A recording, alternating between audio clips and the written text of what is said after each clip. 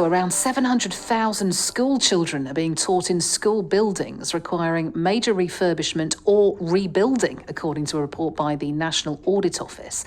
The Condition of School Buildings report says that the Department for Education has assessed risk of injury or death due to a school building collapse as very likely and critical since the summer of 2021. Let's get the thoughts of Julie McCulloch, Director of Policy for the Association of School and College Leaders now. First of all, Julie, how surprised are you by the findings of this report this morning? Good morning. Sadly, we're not as surprised as you might have thought we would be. We've been having a lot of conversations on behalf of our members with the Department for Education over the last few years about the state of school buildings, and some of the situations that this report talks about are all too familiar. Classrooms that are too hot or too cold for children to work in, inadequate ventilation, parts of buildings being unusable, and then, some really serious concerns about things like the number of schools that have asbestos in them, and some concerns about a particular form of concrete that is starting to crumble. So we hear these concerns from our members who are leading schools and colleges around the country all the time. We're having this conversation with the government, and it's shocking that the state of school buildings has got to this point. At worst, I suspect, there is an actual risk to life. And at best, we're talking about just really uncomfortable learning conditions, aren't we? Yeah, I think that's right. I mean, you said at the beginning there that the Department for Education has assessed this as a critical risk. I think it's astonishing that we've got to that position, really, when we're talking about building young people spend hours of their weeks in. So that, there are those very serious concerns. But you're absolutely right. There's those, in some ways, kind of lower level concerns that schools are having to manage all the time. And it's hugely disruptive to learning. When you look at the impact of being in a classroom that's just not conducive to learning on how well pupils learn, how they attain, actually how well we manage to keep teachers in those schools as well. There's a correlation between those things. So it is a major concern.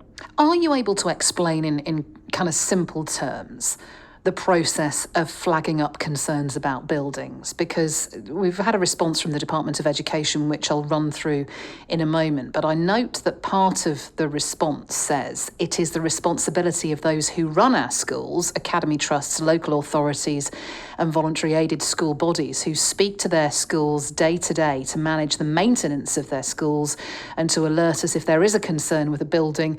We will always provide support on a case-by-case basis if we are alerted to a serious safety issue by these responsible bodies. So it sounds as though it's the responsibility of the head teacher to report it to the local authority and the local authority to escalate it from there. Essentially, is that the process?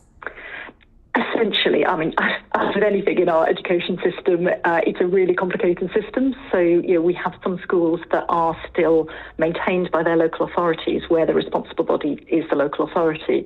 Other schools, which are academies, the responsible body is the academy trust that runs that school. So, but essentially, that's right. On a day-to-day basis, every school will have a responsible body that is responsible for the maintenance of that school.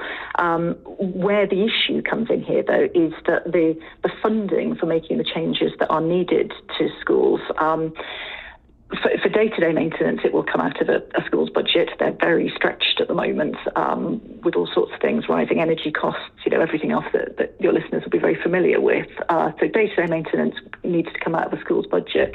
What we're talking about here, though, is a growing number of schools where the work that needs to be done to make that school safe and a conducive learning environment is way more than a school can afford, essentially, from their budget.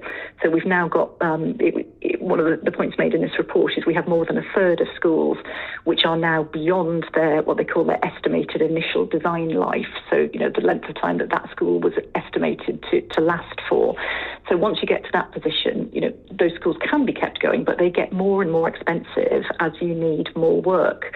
And when you look at some of the huge figures in that report, so the Department for Education themselves think they need about £7 billion a year. They need to be spending that to keep all schools in a good state. What they've actually been able to spend, the money they've got from the Treasury to be able to spend on this, is just over £2 billion a year. So you can see that's a massive gap. Julie, thank you. That's Julie McCulloch, Director of Policy for the Association of School and College Leaders.